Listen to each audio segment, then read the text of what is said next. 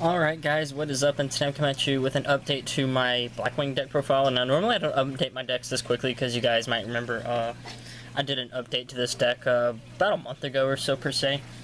But with the recent release of the April 2016 ban list with Allure Darkness coming back to 2, I decided to try that out in my deck, and so far it's worked out really great. And there's a combo I learned about you can do in this deck watching some other deck profiles, and it's actually really fun. But I'll go ahead and get into that later. So starting off with the monsters, bumped this guy up to 3, but 3 Chris the Crack of Dawn. Originally I was playing Sirocco in this build, and Sirocco is fun. It's just that Sirocco, he takes up your normal summon, and sometimes he will get hit with a Solemn Warning or a Solemn Strike or Bottomless Trap Hole or whatever. And if they mess that up, then you can't special summon all of your Blackwings that have the effect where if you have another Blackwing with a different name, you can special summon it. So I decided to bump Chris up to 3. I noticed in the last deck profile, he does get around Solemn Warning. He doesn't, and I apologize for that. Whenever I recorded that video, I was kind of tired. But yeah, Chris, he's like one of the best Blackwings in the deck. Easy special summon. You can normal summon him with his 1900 attack, and with Whirlwind can search out any monster in the deck. Plus, he's level 4, so he's really great for making extra deck plays, like, for example, Force Strikes. And then one Shura. Bumped him down to 1 just because Shura is not as good as he used to be now that a lot more Pendulum decks are running around. To where if you run over, say, a Pendulum monster, it will go to the extra deck, and then Shura won't get his effects. That's why I cut Shura down to 1, because he's still pretty great as a 1-of, because not every deck's going to have Pendulum monsters. So just being able to run over with 1800 is pretty good. Also, he's really great with Whirlwind, because he searches out every other Blackwing in the deck with Whirlwind, other than, obviously, Chris. And then I still play the 2 copies of Bora. Bora's just always been really comfortable for 2 for me in this deck, just because Piercing's still okay. He's a level 4, 1700, it's not that bad. And whenever I originally built the deck, I played him at 3, and it just got way too cloggy. So 2 is just a really comfortable number, in my opinion. And then the 1 Zephyros, just because he's once per duel. But you really don't need his effect more than once per duel. Plus, you can, like I said, search him off with Force Tricks. So he's really easy to grab out of the deck. Helps out with rank 4 plays and some really cool combo plays, like, for example, bouncing back your Whirlwind and special summoning him, and then going for more synchros or exceed blades. The next triple clue, this guy's always going to be a 3 of, in my opinion, any Blackwing deck, just because he's your honest. And plus, he's level 3, so you don't always have to pitch him to boost up their attack.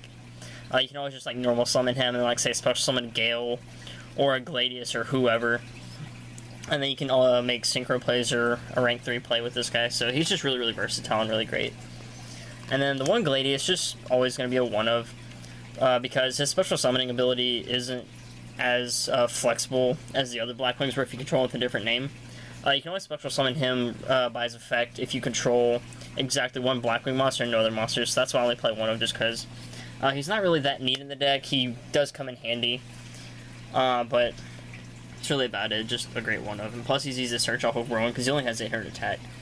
And then 2 Heart Mat in the Dust, the guy that came out of Breakers of Shadow, really great addition to the deck. He helps you go into your high awkward level synchros a lot easier. Because originally playing level 8 synchros in Blackwings was really hard to go into. Just because you had to devote a fair amount of resources, or for example what I did was summon Sirocco, search out Gale, and special Gale, or if I didn't have to search I could just special Gale and automatically make it right there. But I've just decided to cut the level 8 synchros down to just 1 monster.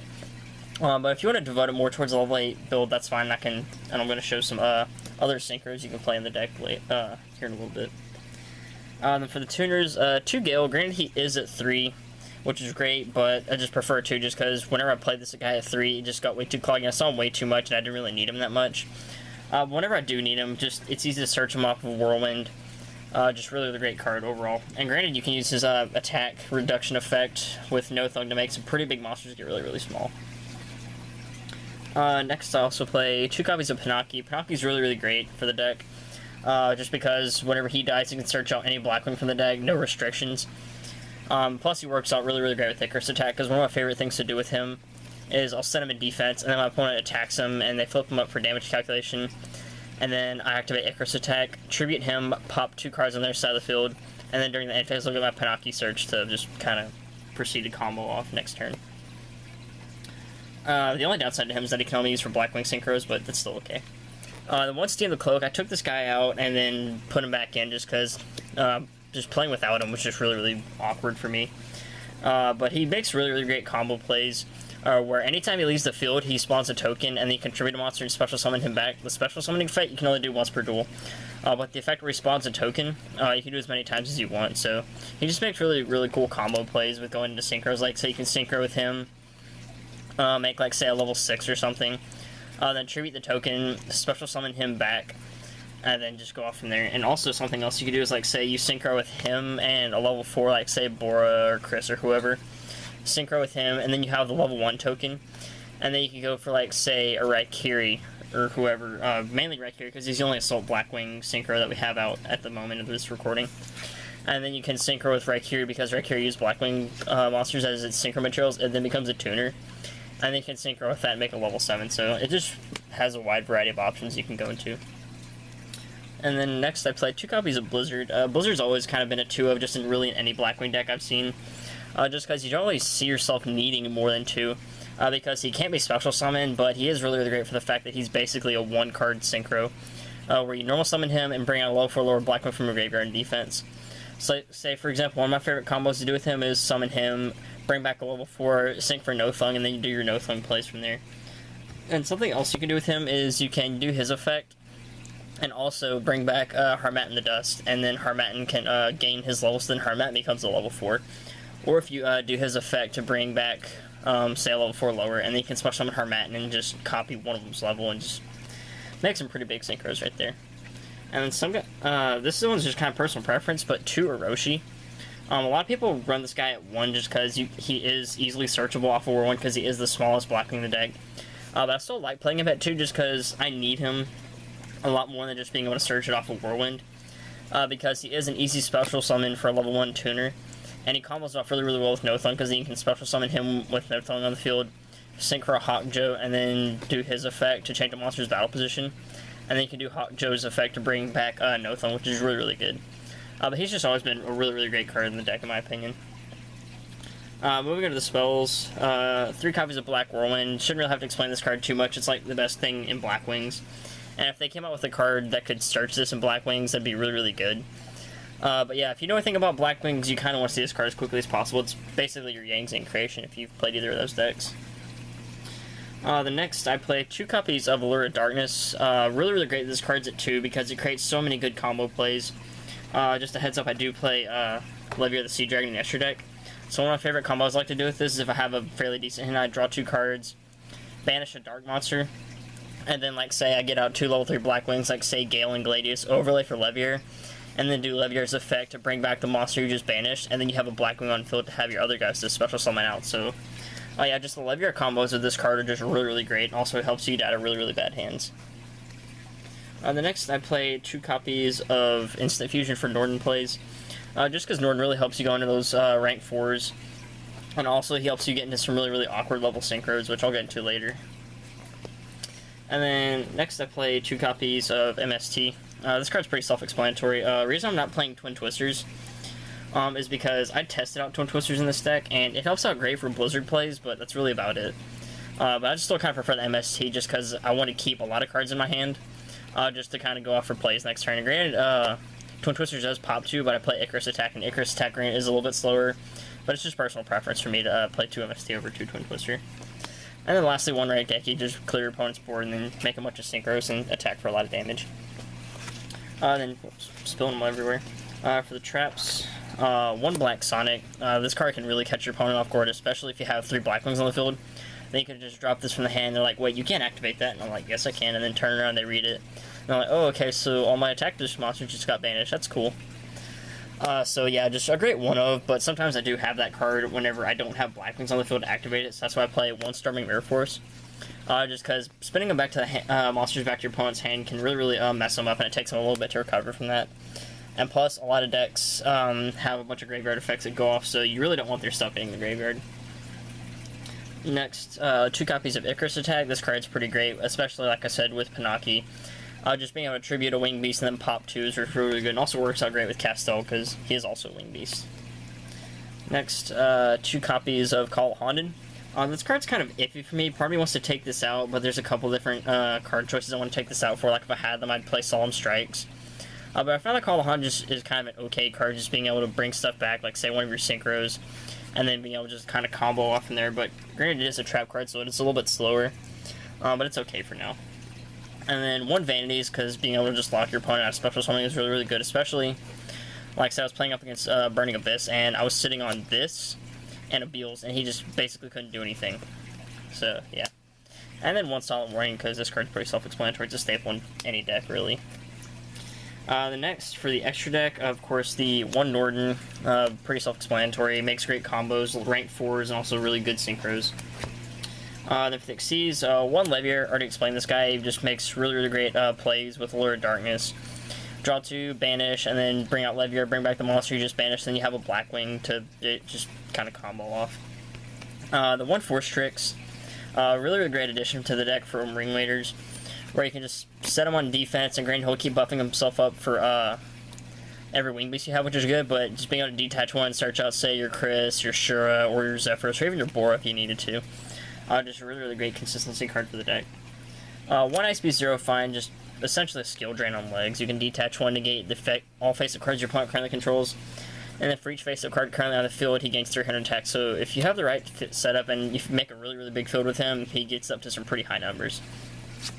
And then one Castel, just because Castel is always going to be a really good rank 4. Detach 1 to Book of Moon, or detach 2 to spin back to the deck. And one of my favorite things to do with him is I'll detach 2 to spin a card back to the deck, and then tribute him for Icarus attack to pop 2 on their side field. So it's really, really great for clearing your opponent's field. Then for the synchros, for our level 5, I play one Armades, pretty self-explanatory. And then 2 Nothung, an extra normal summon, and being able to burn for 800 and reduce an opponent's monster's attack and defense by 800 permanently is still really, really good. I shouldn't have explained him too much. The one Stardust Charge Warrior, a new tech card I'm trying out, just because, like I said, Blackwings want to have a pretty decent hand, so you can kind of combo off from there. So just being able to make an easy level 6 that gets you to draw a card is just really, really good. Then for the 7s, one Armor Master. You never really use his Wedge counter effect, but the main reason to play him is just because he's an easy level 7 to make, and can't be destroyed by battle, and you don't take battle damage from battles involving him, so it's just essentially a wall, really. The one Hawkjoe, having his own built-in protection, if he's going to be targeted for an effect or an attack, just being able to change it to another Blackwing is still really, really good.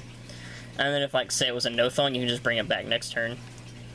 One Rakuria, his kind of first effect, where if you synchro with him using Blackwings, he becomes a tuner. It's kind of irrelevant for now, at least until the Dark Illusions come out. And then we get our level 12 synchro. And one Clearing Synchro Dragon for a generic level 7. Really, really good card overall, at least until Crystal Wing comes out in Shining Victories next month. But just basically being able to negate a level 5 or higher monster's effect or attack is just really, really good. But like I said, this is going to come out for Crystal Wing once it comes out. But in the meantime, he's still a really, really great card overall.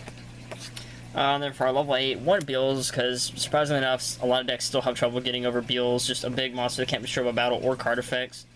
And each time they burn for an effect or attack, then he just kind of buffs himself up and he can just easily just run over some really big monsters.